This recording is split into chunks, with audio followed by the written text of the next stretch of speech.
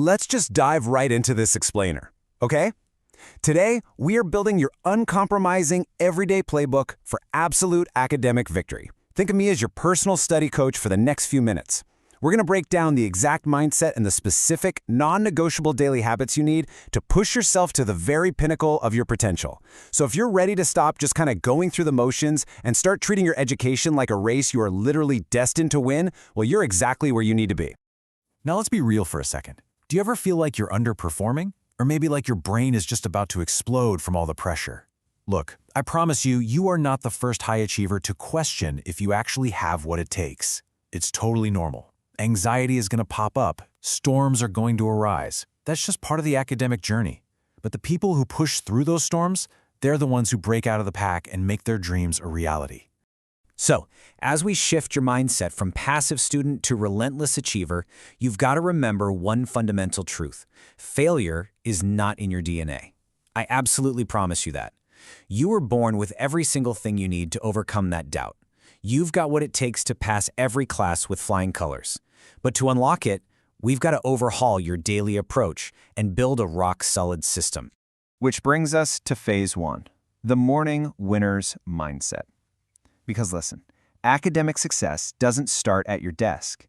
It starts the literal exact second you open your eyes. If you actually want to win your morning, you have to refuse to let any toxic blocks enter your mental space. I'm talking about fear, doubt, the very concept of failure or quitting.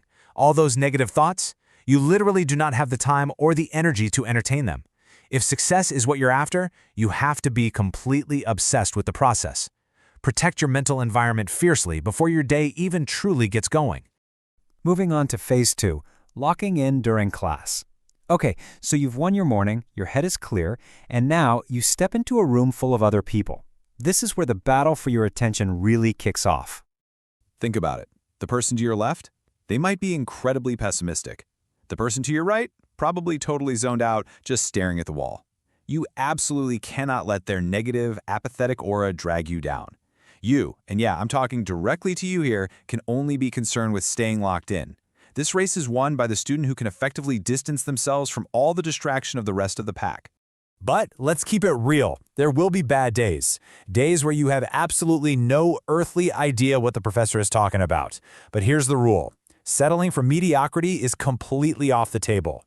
When you're confused, you will never throw a pity party. You will never tap out, concede, or throw in the towel. Staying silent just sets you up for failure. And like we just said, failure is not in your DNA. So instead, you're going to adopt this aggressive daily habit. Step 1, knock on your teacher's door. Step 2, be totally honest and admit you're confused about the lesson. And step 3, demand clarity right then and there. Walk in and declare, listen, success in this class is my only option, and I need clarity today.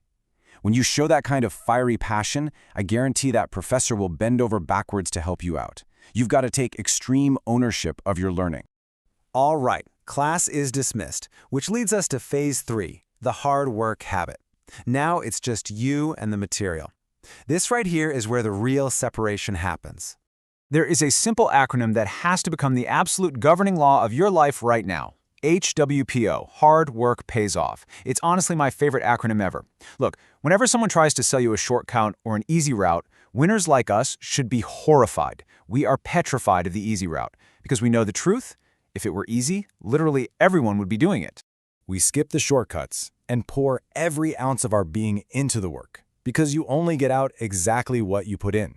On a daily basis, the grind looks like this. You pour your heart and soul into your homework, you pour your heart and soul into your exam prep, and because you put in that massive effort, you get the ultimate reward. You get to sleep like a baby. You sleep soundly because you know, deep down, you left nothing on the table, and your success is just a foregone conclusion. Now for phase 4, turning failure into fuel. As your coach, I gotta be straight with you. Life is gonna knock the mess out of you when you least expect it. Storms are gonna come. So what if, after all the studying, the blood, sweat, and tears, you get that exam back and you still fail? I want you to just let that question hang there for a second. It's a terrifying thought, right? But how you process a moment like that is the ultimate deciding factor in whether you stay with the pack or break through to greatness. You have to shift your entire paradigm to this. You never fail, you never lose, you only learn.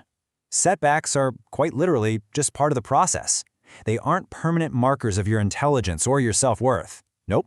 They are simply raw data, feedback, showing you exactly where you need to tweak your strategy. When you hit a setback, you follow a very specific progression to become absolutely unstoppable. First, you face it head on, no hiding. Then, you look in the mirror and say, because of this setback, I am getting stronger. Because of this, I am getting wiser. I'm getting smarter. And most importantly, because of this setback, I am hungrier than ever.